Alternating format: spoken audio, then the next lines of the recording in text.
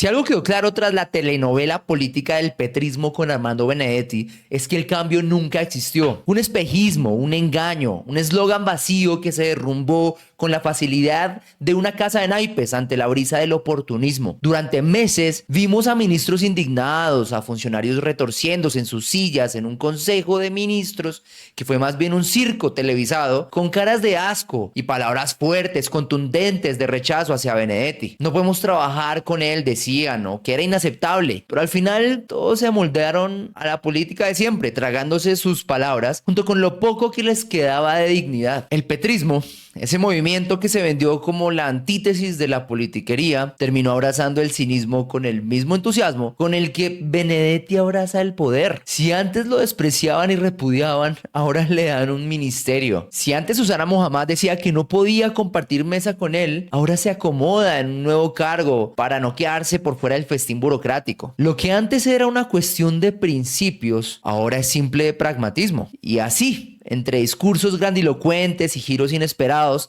el cambio terminó siendo más de lo mismo. Porque Benedetti no es un personaje cualquiera. Su prontuario de escándalos es más largo que la lista de promesas incumplidas del petrismo. Su paso por la política ha estado marcado por la controversia, la manipulación y el caos. Eso todos lo sabemos. Fue un protagonista del escándalo del financiamiento ilegal de la campaña de Petro con los famosos 15.000 millones, donde él mismo admitió en esos audios explosivos haber conseguido toda esa plata, obviamente de dudosa procedencia. También fue salpicado por investigaciones de la corrupción en el caso de Fonade, donde la Corte Suprema de Justicia lo llamó a un juicio por tráfico de influencias. Y por si fuera poco, su historial incluye denuncias de violencia de género, lo que en cualquier gobierno con un mínimo de coherencia habría sido suficiente para bloquear cualquier nombramiento. Pero aquí estamos. Benedetti, ese personaje que un día fue enemigo, ahora es el ministro del Interior.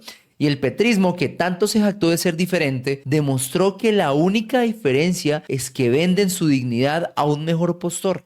Se rascan las vestiduras en público, pero en privado negocian sin pudor. Se indignan de frente, pero en la trastienda reparten los cargos como caramelos. El cambio que prometieron no era más que una puesta en escena.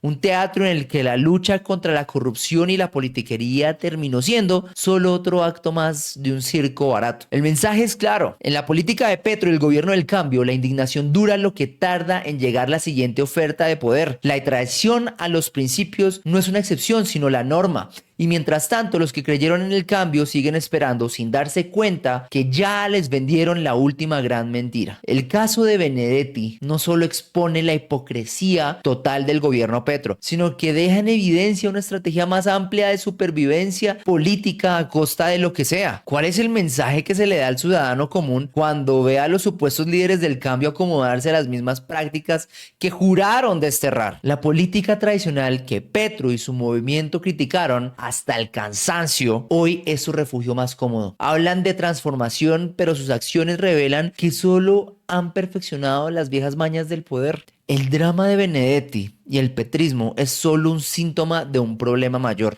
La política como un juego de intereses personales disfrazado de causas nobles. Ese es el verdadero problema. Y mientras los discursos de cambio siguen resonando en las plazas, en las redes sociales y en X, en los pasillos del poder se tejen los mismos pactos de siempre con los mismos personajes de siempre. La indignación momentánea de algunos ministros no fue más que un espectáculo pasajero, un circo barato, una distracción antes de aceptar que el poder exige sacrificios y en este caso el sacrificio fue su propia credibilidad. ¿Hasta cuándo, gente? ¿Hasta cuándo seguirá el ciudadano creyendo en las promesas del cambio? ¿Cuántas veces nos seguirán mintiendo y nos repetirán esta misma historia de que la gente entienda que no hay diferencia entre los que llegaron con la bandera de la renovación y aquellos que llevan décadas en el poder? Tal vez cuando se den cuenta ya sea demasiado tarde. Y entonces Benedetti no será más que el símbolo de una traición más en la larga lista de desilusiones políticas de Colombia. Finalmente, lo que nos queda de año de gobierno será ver petristas haciendo gimnasia mental para apoyar decisiones bien polémicas que a la larga lo único que van a hacer es retrasar el verdadero cambio que necesita Colombia y que esté enfocado en resultados, en soluciones y no en circos baratos, que es a lo que nos acostumbró el gobierno Petro en estos 3 años y seguramente será más de lo mismo que recibiremos en el año que queda faltante.